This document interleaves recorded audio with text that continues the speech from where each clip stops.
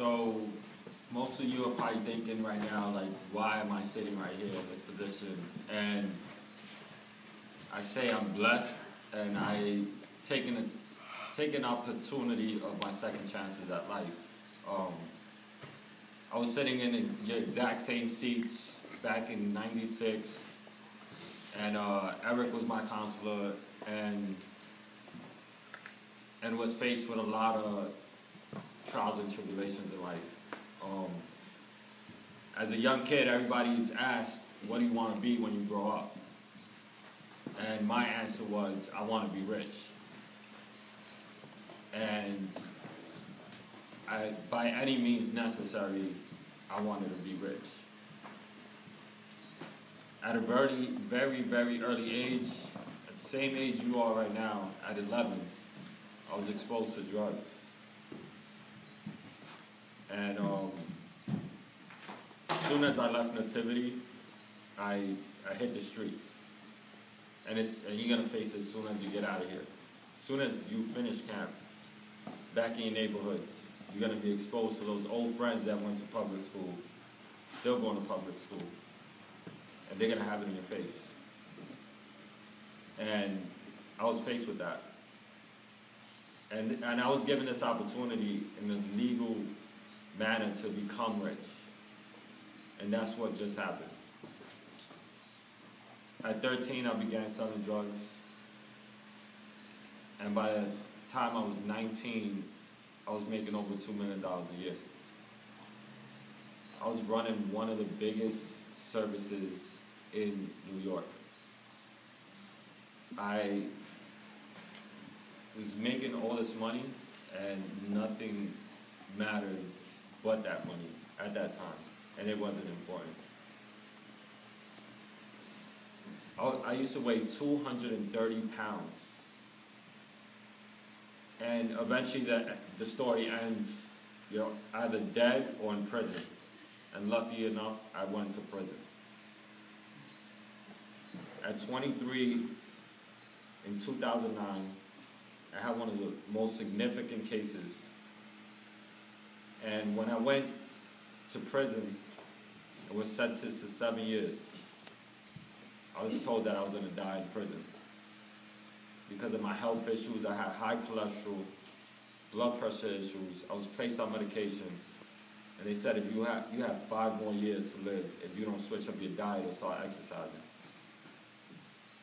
So I told them straight up in their face, I'm not going to die.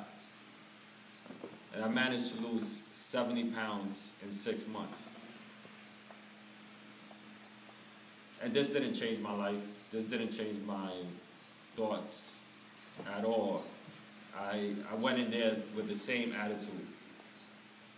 And I have a long record. That was not the end. I've been in and out since I was like 13. And nothing mattered. Not even jail scared me. What really woke me up was a spiritual awakening. And I felt God placed me in this same room right here, right now, speaking to you to share my story and to tell you that that's not the way to go. And you're going to be exposed to that. You're going to be tempted by so many people. It's out there. But God gave me a spiritual awakening towards the end of my sentence. I had the same mentality. And luckily enough, I did a total of 4 years, and then I had to do a whole 7 years. But I was going to be released in about 3.5 years. And before that, I got into an altercation with an officer in there, and I thanked him after this altercation. And it led me to solitary confinement, where I was locked down 24 hours, was stripped away from everything I had. I was given just paper, a pen, an envelope, and my Bible. And I turned away from God. I didn't believe in God. I said, everything's a fake. He put me in this position. I was blaming him and said, I don't really care about it anymore until something happened to me while I was in it. I was about to be released in 2 months, and I got into this altercation with this officer. And I was writing this 10-page letter out to my family, letting them know, look it, I'm not going home. I messed up over and over again, and I'm not going home again, and I'm gonna disappoint you again. And that same week, my sister wrote me a letter stating to read Psalm 91. I had no stamp to send out this letter.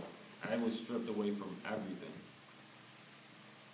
So I had no way to send out this message to my family. And thank God for my sister sending me that letter and her strong beliefs. And I said, why not? Why not open the Bible? I have nothing to do, nothing else to do but just think and sit. And the Bible was just sitting right in the corner of myself. So I decided to open it. And I turned to Psalm 91. And I began reading Psalm 91. And as soon as I began reading it, a stamp fell out of my Bible. And that stamp, which is probably one of the cheapest items that you can find now, really opened up my eyes and made me believe that there's a God out there. That's the stamp I needed to send out this letter to tell my family that I messed up again. And while I was in there, goosebumps ran through my body, and other craziness happened to me while I was in there. But it woke me up, and I felt I had a mission now. I felt I had a mission to give back to my community, to come over here and speak to you.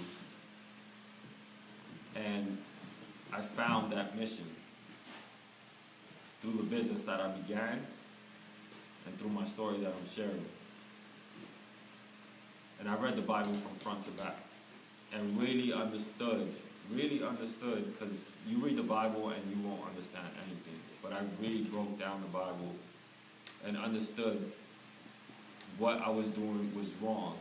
And this is what's the end story. I understand that I was affecting thousands and thousands of people in a negative way.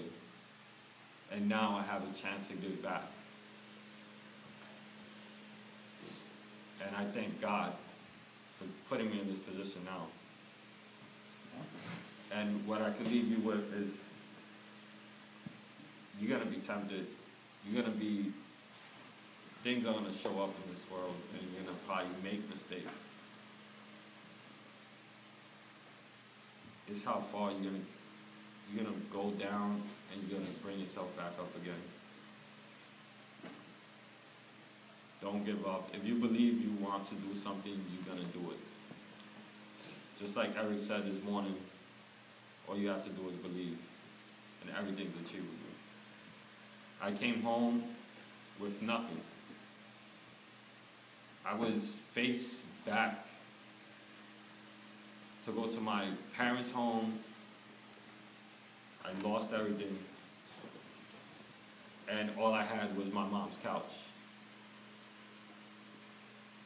And I was just so spiritually awakened that I knew deep down inside that I was going to be successful, and I believed. And all I had to do was work really, really hard, and keep believing. And in 1 year, I've accomplished so much. I launched my business. I've won business plans, competitions. I've been exposed on almost every news channel that you could think of, telling my story. And my business is running successfully. And I've only been home 16 months. I got a really nice apartment now, and I'm holding my own.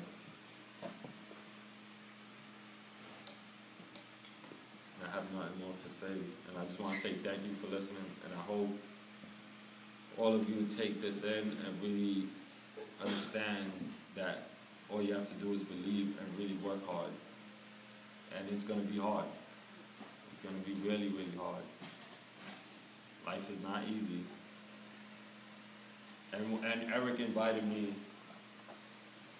because when we were coming through Nativity, we was just painted this picture, this bright picture, like this is the way out, this is what's going to happen, and you're going to have a white picket fence with happy family and a golden retriever in your backyard.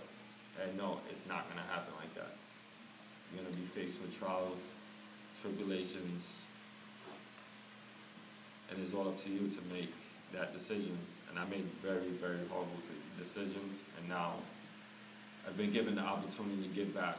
And that banner says it all. Nativity gave me this opportunity early in my life. I messed it up, and I'm regaining it, and I'm really understanding the purpose of this program. It took a long time to sink in, and it made me a leader, but I became a negative leader, and now, through the grace of God, I thank Him so much. Thank Father Jack so much. When I came home, I was so overwhelmed. I went to Nativity Church, and in the first Mass, Father Jack spoke there. I couldn't listen to what he was saying. I just went up to him and started crying. Because I had it all, and I'm having it all right now, and I'm doing it right, and I thank God so much. Thank you, Eric.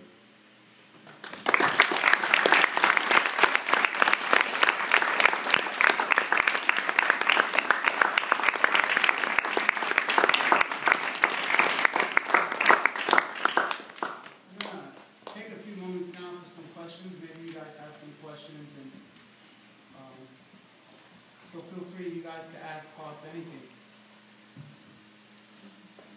Yeah.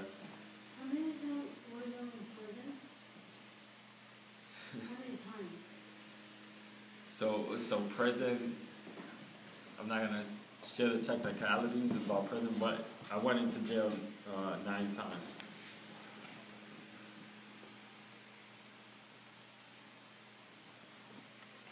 Yeah. When you went to jail each time you served 7 years? I think I'll be 1,000 years old if I did that. No, so in the beginning they give you a slap in the wrist, and then I went in again and again and just thought that I could be a smarter criminal. And there's no way out. You can't be a smarter criminal. It doesn't work. It's either you're gonna choose the right path or the wrong path. I don't know if the counselors already spoke about the rocky road and the easy road, but I'm pretty sure they're gonna speak about it while you're here at camp. Yeah. Was you the only one getting caught with what you was doing, selling drugs, or was it just more than other people? No. So I was running this pretty big organization, and I was sentenced as a kingpin. Oh. And most of the people that was working for me went down. Yep. What's your business now? So I run a fitness boot camp. So what I did, after losing the 70 pounds in 6 months, I lost this in a 9x6 cell. And I created certain unique exercises, and I did them